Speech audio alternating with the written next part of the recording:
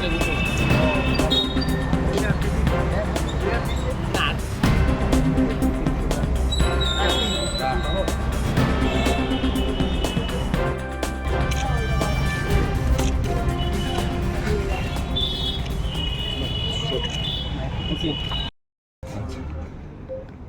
এখানে আমাদের বর্তমান আউটপোস্টে এখানে গত 22 তারিখ আমাদের কাছে একটা ইনফরমেশন এসেছিল যে একটা টমটম চুরি হয়েছে।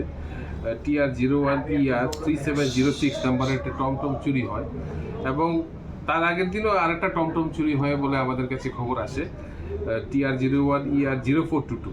তো এখানে কয়েকটা টমটম চুরির ইনফরমেশন আমাদের কাছে এসেছিল। তারপর OC Battala sub inspector Subhajit Deb এবং আমাদের রামনগর আউটপোস্টের OC sub inspector Subhendu Das তাদের সঙ্গে নিয়ে একটা টিম গঠন করে আমরা কারা এই টমটমগুলি চুরি করছে এটা আমরা তদন্ত শুরু করি একটা কেস দিয়ে। পরবর্তী সময়ে আমরা আমাদের তদন্তে উঠে আসে যে শিবু সাহা নামে একটি যুবক, তার বাড়ি হচ্ছে আড়ালিয়া, সে এই টমটমগুলি চুরি করছে। তার সঙ্গে কিছু সহযোগী আছে, সজল সরকার এবং সুরজিৎ দেবনাথ নামে আরেকজন আছে, যেগুলি এই টমটমের ব্যাটারিগুলি তারা এগুলি খুলে নেয়, তারপর এগুলি বিক্রি করে দেয়। তো আমরা এই তদন্ত নেমে আমাদের তদন্তকারী দল যে সাব ইন্সপেক্টর আইও যে আছে দিলীপ দাস, আর তাকে নিয়ে এই টিমটা আমরা একটা তদন্ত চালিয়ে আমরা 3টা টমটম চুরির টমটম উদ্ধার করি। আপনাদের ওই সামনে আমাদের রাখা আছে এবং ব্যাটারিও আমরা উদ্ধার করি। প্লাস যে চুরের দল যে বাইকটা ইউজ করতো সেই বাইকটাও আমরা উদ্ধার করি, সিজ করি। একটা হিরো ডুয়েট নাম্বারলেস বাইক ছিল। তো এই চুরের দল যারা টমটম চুরি করত তাদের সম্পূর্ণ দলটাকে আমরা গ্রেপ্তার করতে সক্ষম হই।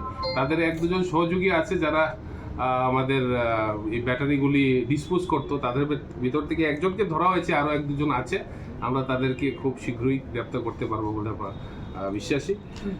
এবং যারা এই আসামি গ্রেপ্তার হয়েছে তাদেরকে আমরা আজকে পুলিশ রিমান্ডের জন্য পাঠাচ্ছি আদালতের কাছে, এবং পুলিশ রিমান্ডে আসার পর আমরা তাদের আরও অন্য কারা কারা সহযোগী আছে তাদেরকে আমরা গ্রেপ্তার করতে পারবো বলে আমাদের বিশ্বাস। টোটাল কতজন চোর? আজকে তো আমরা এখানে 3জন চোর যে গ্যাং, 3জনকে আমরা গ্রেপ্তার করেছি। কয়টা টমটম?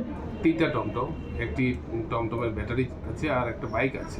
টমটমটা চুরি করে নিয়ে সে কি করতো বা কোথায় বিক্রি করতো এই ব্যাপারে কিছু জানা গেছে? টমটমের তাদের মোডাস অপারেন্ডি হচ্ছে টমটমের ব্যাটারি খুলে নিত, ব্যাটারিগুলি প্রথমে বিক্রি করতো, পরবর্তী সময়ে এটাকে ডিসম্যান্টেল করে বিক্রি করতো।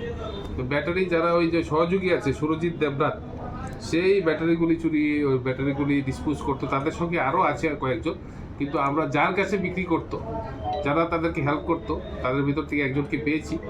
আর যারা অন্যরা আছে তাদেরকে আমরা এই আসামিদের পুলিশ রিমান্ডে নিয়ে আসার পর তাদের থেকে আমরা জিজ্ঞাসাবাদ করে বের করব।